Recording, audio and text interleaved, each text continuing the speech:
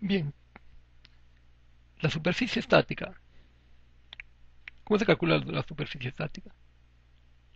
Esa superficie estática es básicamente el área ocupada por el equipo. En este caso, por ejemplo, tenemos los datos que la envolvedora Sintra tiene un largo de 5.5 metros, un ancho de 1.2 metros y una altura de 1.6 metros. Esos son los datos de la máquina en sí.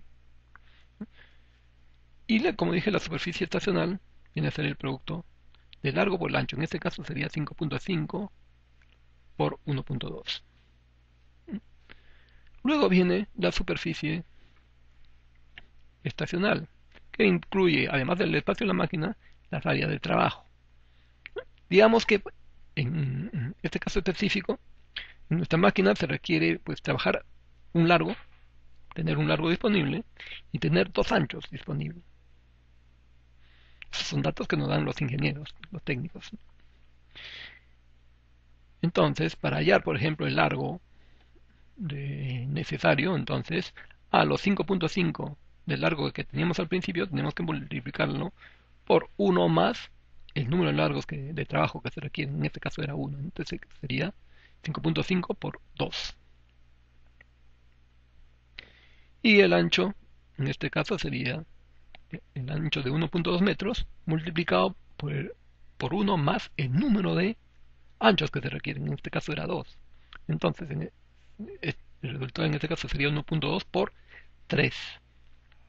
Y luego, para determinar el largo que nos va a permitir calcular la superficie gravitacional, que incluye además de las áreas de trabajo y almacenamiento, que es la superficie estacional. En la superficie gravitacional ya se incluyen también las áreas de seguridad y transporte de materiales, ¿no? Entonces, acá el factor gravitacional es un dato que también nos dan los técnicos, digamos que es 1.2. Entonces, para hallar el largo, multiplicaríamos pues 5.5 por 2 por 1.2. Y eso nos va a dar un largo total de 13.2 metros. Y el ancho va a ser pues el dato que calculamos anteriormente, ¿no? Es decir, 1.2 metros por 3 lados que se necesitan, ¿no? Dando una dimensión del área de trabajo en planta de esta línea de 13.2 metros de largo, 3.6 de ancho y 1.6 de alto. Como en el alto no es tan importante en estos casos. Siempre es bueno verlos, pero los aspectos más importantes para calcular el área son el largo y el ancho. Y bueno, al final nos da un área de 47.52 metros cuadrados. Ese es el área de trabajo. Y sobre esta área se calcula la capacidad y la productividad, ¿no? En este caso. Por ejemplo, ¿cómo podemos calcular la productividad máxima? Básicamente, la productividad máxima se divide entre la producción máxima entre el área ocupada en este caso. Esta productividad lo podemos hallar en base a tres indicadores, por ejemplo, ¿no? En lotes. En este caso simplemente se dividiría el número de lotes, que es 20, entre 47.52. También lo podemos hallar en bandejas. ¿Cómo? Simplemente multiplicando la producción máxima, que es 20, por el número de bandejas que se producen por lote, por 2400. Y eso divide entre el área. Eso nos da un tiempo de una capacidad de producción de 1010 bandejas por metro cuadrado. La productividad máxima dividida entre las horas máquina trabajadas nos da la productividad en bandejas, ¿no? Por hora máquina trabajada. En este caso, ¿cómo sería? Pues simplemente siempre trabajamos con los 20 lotes, que es la producción máxima, multiplicada por 2400 lotes. Perdón, bandejas por lote.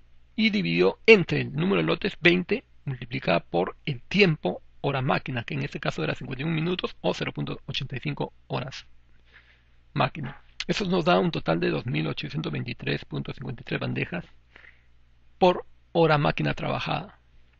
Y bueno, la productividad máxima en horas hombre sería las 20 horas de producción máxima multiplicada por los 2.400 bandejas producidas por lote, y eso dividido entre 20 lotes producidos por la hora máquina, 0.85, y por el número de obreros que trabajan en la máquina. Como han visto en el video, solo hay un obrero. Esto nos da la misma capacidad que el caso anterior. En el punto anterior hemos analizado la productividad desde la perspectiva de la producción máxima.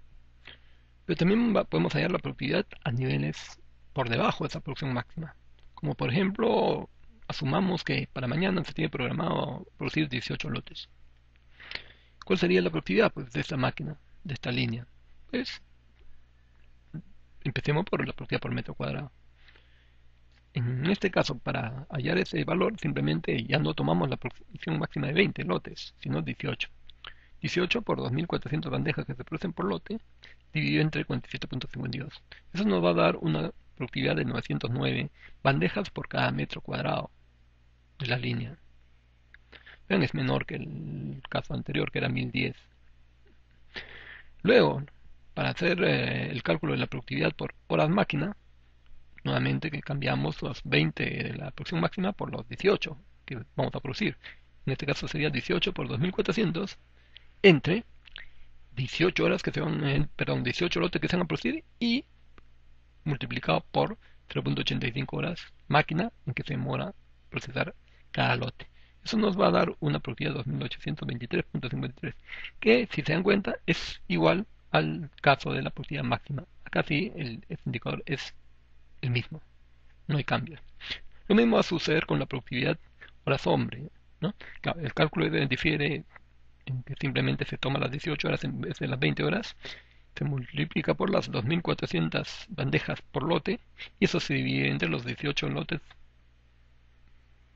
multiplicado por las horas máquina de 0.85 y por 1. En este caso ese 1 significa que hay un solo obrero que maneja la máquina.